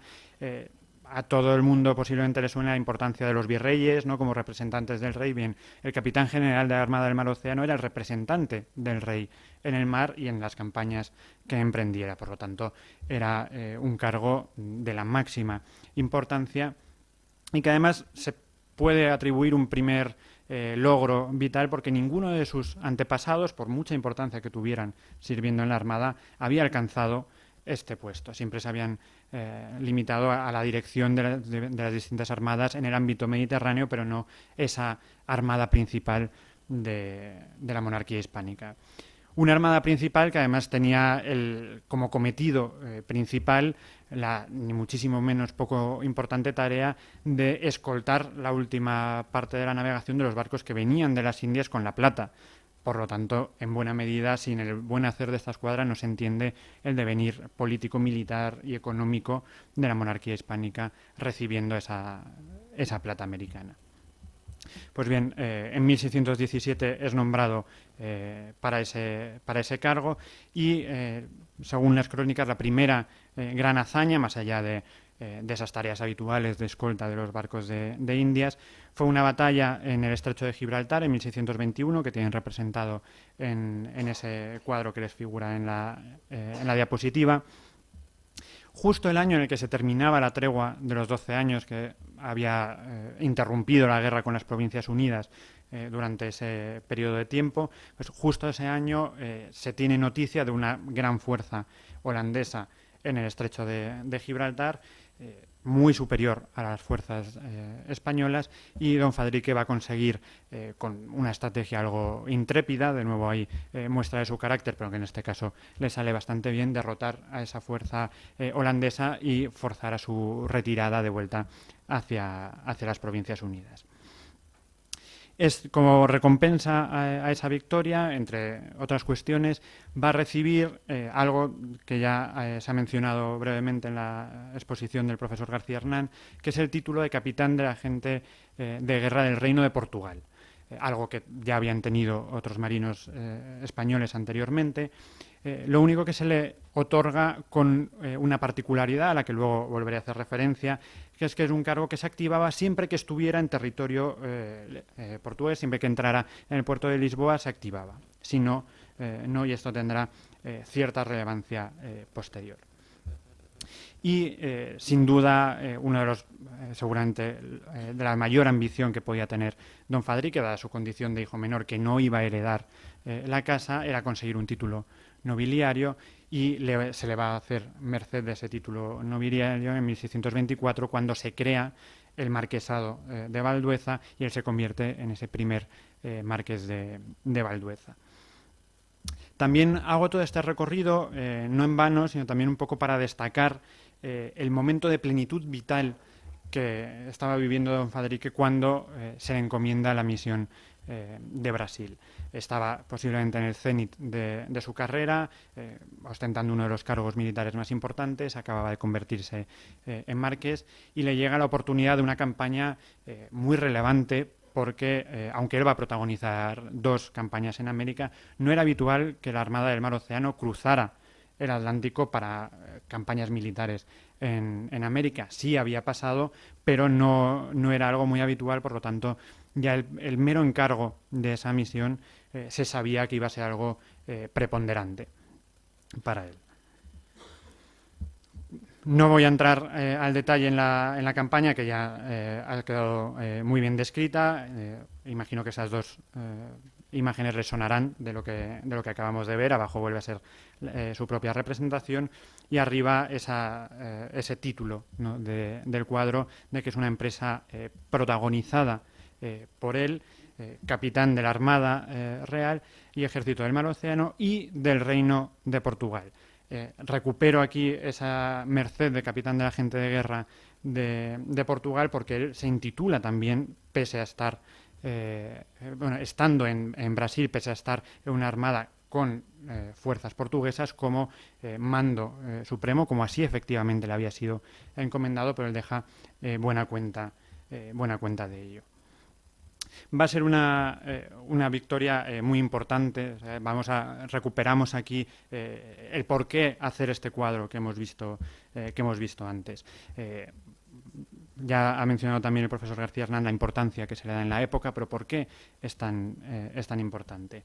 Por múltiples cuestiones. En primer lugar, aprovechando el final, el tiempo de la tregua de los 12 años y el final de la misma, las Provincias Unidas habían creado la Compañía Holandesa de las Indias Occidentales, cuyo propósito principal era apoderarse de Brasil, entre otras cuestiones porque era uno de los territorios que más azúcar producían y las Provincias Unidas uno de los territorios que más industria azucarera tenían. También, evidentemente, para llevar el frente de guerra contra la monarquía hispánica a América, abrir un nuevo frente de guerra y amenazar, además, las rutas que conectaban la carrera de Indias, que conectaba la península con América. Por lo tanto, que en este momento, en esa primera intentona de la compañía holandesa triunfara, era muy peligroso para los intereses hispánicos. Derrotarlos tenía una repercusión impresionante.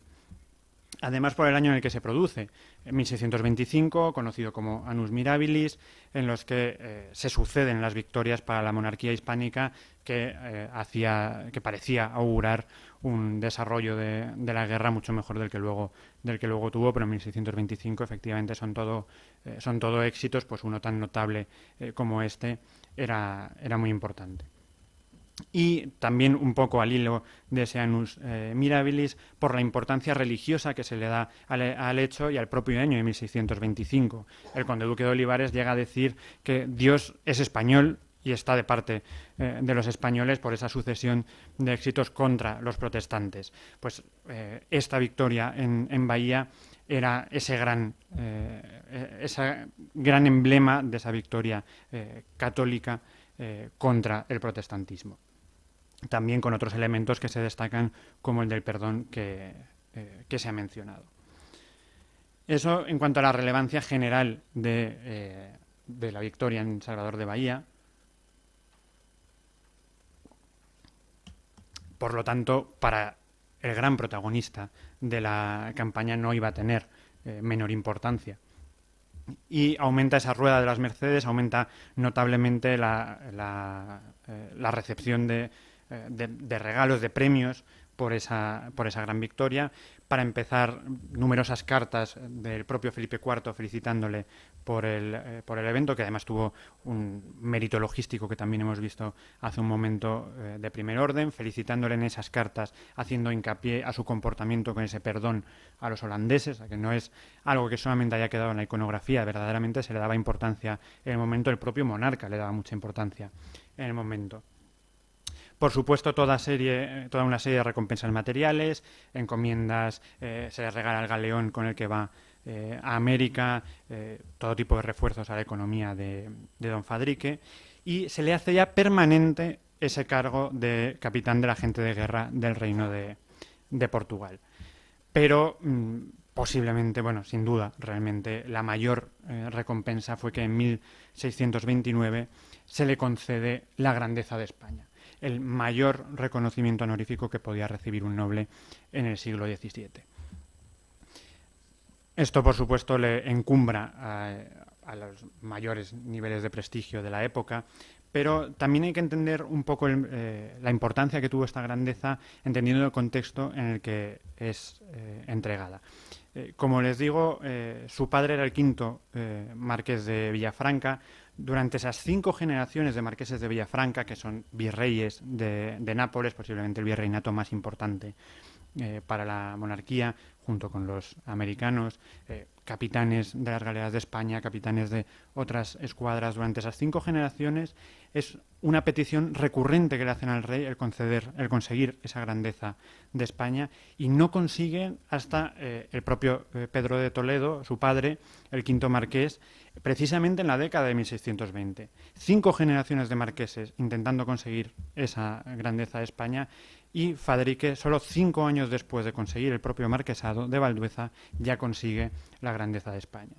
Esto creo que explica muy bien la dimensión del éxito de Bahía y la repercusión que tuvo para él y la importancia de esa grandeza de España. Bien, estamos en un momento en el que todo son buenas noticias para Fadrique. Entonces, ¿por qué la necesidad de ese cuadro, de ese lienzo, como respuesta al de Maíno, que también hemos visto antes? Poco después de la grandeza de España, grandeza, por cierto, en la que hay una mención expresa al éxito de Salvador de Bahía, como tienen ahí. Poco después, el mismo año de 1629, se le encomienda a don Fadrique que vuelva a una empresa de rescate a América, en este caso en unas islas del Caribe, las de San Cristóbal y Las Nieves, empresa de rescate que vuelve a ser exitosa, pero a su regreso es cuando empieza a torcerse un poco su carrera, ¿no? Porque él solicita de forma recurrente venir a Madrid, venir a la corte a solucionar algunas cuestiones personales que tenía que solucionar, un pleito con su hermano, con la familia de su mujer, etcétera, distintas cuestiones que no da tiempo a ver aquí, pero que necesitaban atenderse, y de forma reiterada se le responde con negativas y que tiene que permanecer en Lisboa. La relación con el conde duque hasta ese momento había sido magnífica, aparte de lo que ha dicho el profesor García Hernán. Él se llega a declarar una criatura, una hechura del conde duque. El conde duque tiene un papel bastante activo en el matrimonio de don Fadrique con su mujer, o sea, era una relación muy buena que ahí se empieza a torcer con esas constantes peticiones. La mente del conde duque era compleja. También hay que tener en cuenta los niveles de fama que había alcanzado don Fadrique y los celos que podía despertar esto en un personaje como el conde duque, enfrentado de forma constante a la aristocracia, a la alta nobleza hispánica. Pero la cuestión es que llega un momento de máxima tensión en la que se le obliga a don Fadrique a elegir entre el cargo de capitán general del Mar Océano o el de capitán de la gente de guerra de Portugal. Una década después de habérsele concedido, se plantea como incompatible. Él, no sin pesar, como manifiesta por escrito, escogerá el de Portugal, porque está ya en un momento vital en el que no quiere volver a afrontar una empresa americana. Ya estaba bastante delicado de salud, seguramente por una enfermedad que contrajo en esa última misión americana. Finalmente, en 1633 se le permite venir a la corte, pero poco tiempo después se le ordena que vaya de nuevo a Lisboa para preparar una nueva empresa de socorro como capitán de la gente de guerra de Portugal, en este caso a Pernambuco, que había sido conquistado por los holandeses, a lo que él se niega, aduciendo una falta notable de salud, y abre ya un enfrentamiento completamente cara a cara con el conde duque. Según testigos, llegan a chillarse en una entrevista que tienen en el Alcázar, poco menos que a punto de llegar a a las manos, con palabras bastante gruesas de don Fadrique hacia Olivares, llegando a decir que él ha arriesgado su vida durante toda su carrera y ha ganado mucho menos que el conde duque sentado en esa silla en la que estaba. Nueva muestra del carácter al que le hacía referencia antes. En esta ocasión, evidentemente, no va a salir tan bien como en las batallas que había ganado gracias a su coraje, sino todo lo contrario, porque va a acabar encarcelado y procesado por desobediencia, por no acudir a esa empresa, a esa nueva empresa de socorro. Primero se le obliga a estar en prisión en Santa Olalla, se le obliga a salir de la corte. Al final, por cuestiones de salud, sí se le permite regresar a Madrid, aunque no a su casa. Acabará en casa de un antiguo secretario suyo, donde fallecerá en 1634, muy pocos días después de que se falle ese proceso judicial por el que se le retiran todos los títulos y privilegios que se habían concedido durante su carrera. Y es aquí cuando entra en juego esa necesidad de reivindicación, porque la versión oficial era el cuadro de Maíno, en la que lo más destacado es la monarquía, posiblemente lo más destacado es el propio conde duque, en un momento, insisto, en el que a él se han despojado de todos esos privilegios, títulos y honores, que se peleará, especialmente su viuda, peleará porque se reinstauren en la figura de su hijo. Por eso esa necesidad de una respuesta a la versión oficial de la empresa de Salvador, por eso esa necesidad de la versión de don Fadrique con este cuadro que les hemos mostrado hoy aquí. Para no extenderme mucho más, unas ideas finales, pues esa relevancia personal de la campaña de Salvador de Bahía, no solo por las mercedes que tiene en su momento, no solo por la fama que alcanza, sino por utilizarla como elemento central de esa campaña de restauración de la figura de don Fadrique, que quede en la memoria esa importancia posterior, no solo en el momento, ¿no? Que queda en la memoria del linaje, en la memoria de su familia, como el principal hito al que agarrarse para luchar contra esa sentencia, porque realmente, como les pongo ahí como última idea, se puede considerar que era un hito único en la historia reciente de la monarquía, por el éxito logístico que fue, por la importancia simbólica que tuvo, por la importancia estratégica que tuvo en el momento, aunque luego se torcieran las cosas, y en definitiva la relevancia que tuvo tanto para la monarquía como para el propio don Fadrique. Nada más, muchísimas gracias por su atención.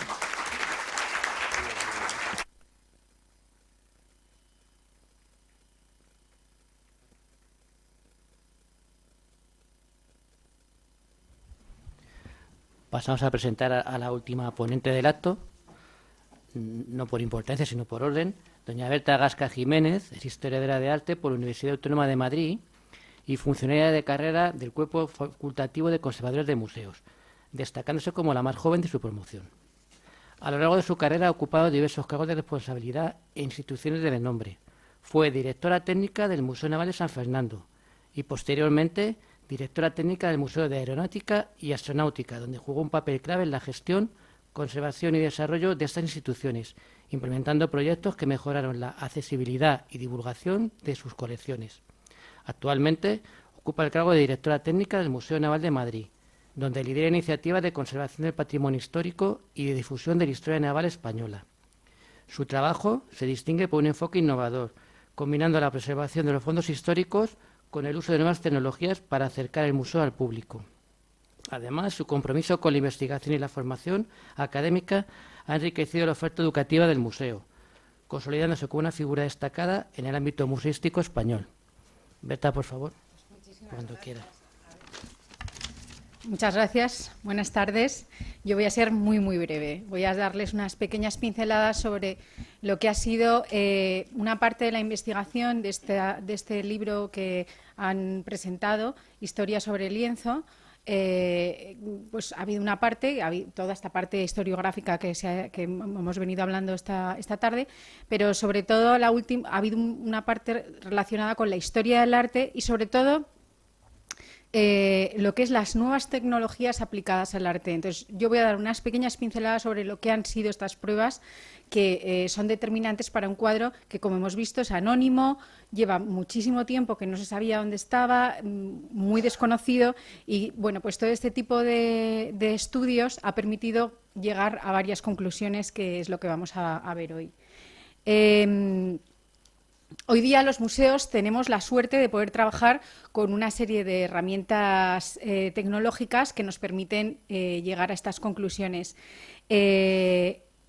Una de ellas, estamos viendo, son los análisis físicos de las propias piezas, pero también los análisis químicos. Es decir, es un trabajo científico-técnico que nos ayuda a desvelar lo que está oculto dentro de la materia. Estos estudios técnicos que tenemos aquí se componen básicamente de unos estudios realizados a nivel de imagen, que ahora veremos qué tipo de imágenes son, y por otro lado analizar toda la materia, los componentes químicos y orgánicos que pueda tener toda esa materia para encuadrarlo en una serie de tiempo.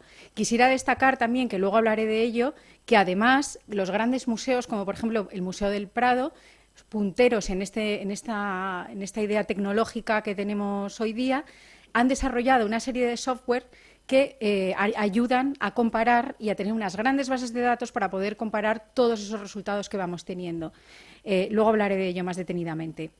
En cuanto a nuestro cuadro, el que hemos estudiado, que ya lo hemos visto a lo largo de la tarde, lo conocemos abreviado como Sitio y Empresa de la ciudad de Salvador de Bahía de Todos los Santos.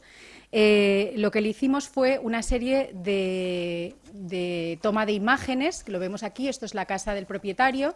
Se le hicieron una serie de toma de imágenes a altísima resolución, unos con luz visible, otros con luz infrarroja, otros tomados con luz ultravioleta y, por último, rayos X. Voy a explicar muy brevemente la diferencia entre los diferentes tipos de imágenes. La luz visible, que es una fotografía normal y corriente como la que conocemos, lo que nos permite esa altísima resolución es luego hacer unas macroampliaciones enormes o, por ejemplo, si se han tomado con la luz rasante, lo que podemos ver, como se ve en el cuadro, en el recuadro de Degas del lado de la derecha, es las texturas que tiene esa pintura. Con lo cual, podemos conocer técnicamente las pinceladas a través de esas macroampliaciones, los craquelados, todo lo que nos puede aportar de la técnica del pintor, además también toda su forma de esparcir la materia. O sea, son una serie de elementos que nos permite estudiar mucho más en profundidad las técnicas del pintor. La luz infrarroja. Luego veremos una cosa que también ha comentado el profesor García Hernán, pero de momento les pongo esta imagen. Esta imagen es la imagen infrarroja.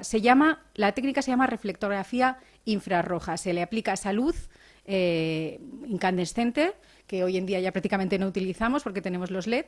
Se hace esa toma de imágenes que ven que parece una radiografía, pero no lo es, y esta técnica lo que sirve es para ver el dibujo subyacente. La mayoría de las veces no se ve cómo se ha pintado, cómo el pintor ha utilizado el dibujo, ¿no? En este caso, en el caso que nos ocupa de nuestro cuadro, la conclusión que hemos sacado es que no ha habido correcciones, luego veremos que ha habido alguna, pero en otro sentido. No ha habido correcciones en el encaje, no se aprecia prácticamente dibujo de grafito o de carboncillo, lo cual nos lleva a pensar que es una imagen muy pensada. Es decir, que cuando el pintor la traslada al lienzo, que estamos hablando, como hemos dicho, de 3 metros por casi 1,70, esa imagen no se improvisa. Probablemente era alguien que dominaba mucho este tipo de pintura, este tipo de técnicas, y que tenía muy claro, como en un plano, como hemos dicho, como hizo Teixeira en el plano de Madrid, que se hizo por partes, tenía muy claro lo que iba a traspasar al lienzo. De hecho, además, es que no hay ni siquiera punzones que se utilizaban como puntos para luego traspasar al lienzo. No, tampoco hemos encontrado a través de estas imágenes nada de eso, con lo cual tenía muy claro, muy bien dibujado cómo se iba a traspasar de los primeros bocetos que hiciera el pintor o el cartógrafo al propio lienzo. La siguiente imagen, he puesto un cuadro que es nuestro, del Museo Naval, que lo analizamos en la última exposición que tuvimos sobre la aportación española a la guerra de independencia norteamericana. Este es el retrato de Luis de Córdoba. Lo analizamos porque queríamos saber, Luis de Córdoba fue uno de los personajes más importantes de esas campañas que hubo durante la guerra de independencia americana, y queríamos saber si el retratado era el verdadero Luis de Córdoba o era un retrato ideal, como ha pasado con muchos retratos de marinos y se había hecho posteriormente en el 19. La conclusión es que era un retrato que estaba hecho en vida, pero he traído esta pintura, o sea, esta imagen, que es una imagen tomada con luz ultravioleta, porque la luz ultravioleta lo que nos ayuda es a encontrar repintes de otras épocas, y a la hora de la restauración son fundamentales. Vemos la banda en la que se ve perfectamente una especie como de puntitos negros, todos esos son repintes posteriores, y le sirven al restaurador para saber perfectamente cómo ir apurando y llegar a donde tiene que llegar, ¿no? Traigo esta imagen, que es del Museo del Prado. Esto que quiero traer a colación, lo que contaba antes, es un software nuevo que ha creado el Museo del Prado con la Universidad de Sevilla. Y aquí lo que vemos es que a través de la radiografía también nos aporta muchísimos datos. Nosotros también hicimos radiografías al cuadro. Y entonces, muchos de los cuadros han sido reentelados. ¿Qué ocurre? Que no conocemos la verdadera morfología de la tela original del cuadro. A través de la radiografía, que tenemos ahí arriba, el recuadrito como más gris, es la radiografía que se le ha hecho a este cuadro del Greco, y la de al lado es el rentelado. El rentelado obviamente no nos aporta nada. Gracias a esa radiografía y al software Aracne, que hoy día en la página web del Museo del Prado se puede utilizar, nos permite hacer una reconstrucción de qué tipo de lienzo tenía el cuadro. Con ese tipo de datos podemos saber dónde se hizo la tela, quién utilizaba esas telas, una cantidad de datos que nos sirve a posteriori para poder investigar profundamente. Como decía, esto serían las pruebas físicas. Luego tenemos las pruebas químicas. Se utiliza, lo que se hace es que se extrae como una cabecita de alfiler. Aquí tenemos los diferentes puntos en los que se tomó ese análisis al cuadro, y a través de esa visión estratigráfica, que lo vamos a ver ahora, antes de hacer esa toma de muestras, se utiliza esta técnica que es la fluorescencia de rayos X, que no es invasiva, o sea, esta, si se quiere, no se extrae nada de la materia, y ya nos da una pauta para no coger en zonas que estén repintadas. Ya nos avisa dónde están los materiales propios del siglo XVII. Se le hizo esta técnica también, la fluorescencia de rayos X.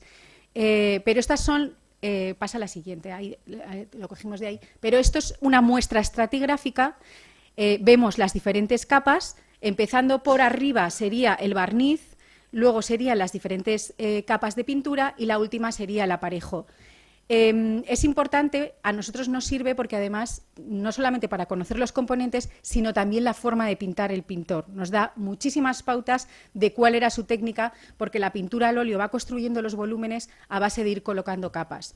Gracias a este tipo de pruebas sabemos cuántas capas se aplicaron en una serie de zonas, y luego, sobre todo, la forma de preparación de los lienzos, que nos da muchísima información. Gracias a esta información, en este caso concreto, ha sido cuando hemos podido datar el cuadro en el siglo XVII y además localizarlo en la escuela madrileña. Todos los datos que nos da esa última capa, que parece mentira, pero gracias a que se han analizado muchísimos cuadros de la época, se hace, es lo que decía, toda esa base comparativa, y nos permite poder llegar a estas conclusiones. De esto ha hablado antes el profesor García Hernán. Esto es una imagen infrarroja. Aquí se ve cómo el autor se equivoca, pone don Frederique, y luego le es corregido. O sea, alguien le dice, no, es Fadrique y tiene que corregirlo. Lo que nosotros vemos con nuestra luz visible es don Fadrique, pero realmente estaba puesto con una DN pequeñita arriba y se ve perfectamente el dibujo subyacente, lo cual nos lleva a pensar que efectivamente había dibujo subyacente, pero no se hizo para el resto de la composición. Continuamos. Esta es la última imagen. También ha hablado el profesor García Nán de este tema, pero le he traído aquí estas dos imágenes del Museo del Prado. Tenemos que en el cuadro de Maíno se ve perfectamente cómo el conde duque de Olivares está por encima del rey y le está coronando, pero en el dibujo subyacente, esto es una imagen radiográfica, no sé si lo aprecian, se ve perfectamente que en origen el conde duque había estado pintado por debajo, lo cual quiere decir que en algún momento el conde duque pidió que se corrigiera el dibujo, ¿no? La pintura. Y bueno, yo solamente les he traído esta pequeña pincelada de lo que son las técnicas. Se puede profundizar muchísimo más, pero simplemente, como es complicado y son nombres difíciles y son técnicas, para que tengan por lo menos una idea de cómo se está trabajando desde los museos. Gracias a todas estas técnicas, gracias al Instituto de Patrimonio Cultural de España, que son también pioneros en todo este tipo de pruebas, y bueno, gracias a proyectos de investigación, como ha sido en este caso AMERMAT, que ha permitido, gracias a su financiación, poder sufragar este tipo de investigaciones tan punteras. Y bueno, pues nada más, muchísimas gracias.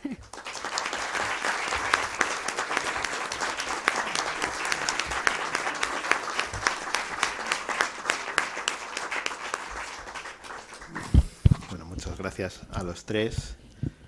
Estaba pensando yo, fíjense que esta tarde hemos tenido historia, arte y ciencia. Vamos, no se puede dar más, ¿eh? No me digan que no.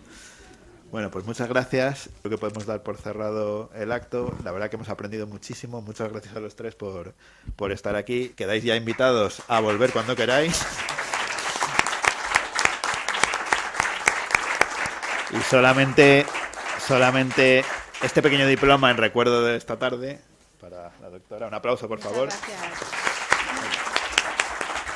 Vamos a hacerlo debidamente. Muchas gracias. Por aquí, para el doctor. Felicidades y para el doctor Bruno, igualmente. Bueno, luego aquí tenemos un pequeño obsequio para nuestros ponentes, pero esto no se lo saco porque es casi una tortura. Son 2 libracos enormes que les van a encantar. El Molina Campuzano de Planos de Madrid, pero bueno, esto ya se lo damos ahora. Bueno, muchas gracias a todos por venir y les esperamos en la próxima. Adelante.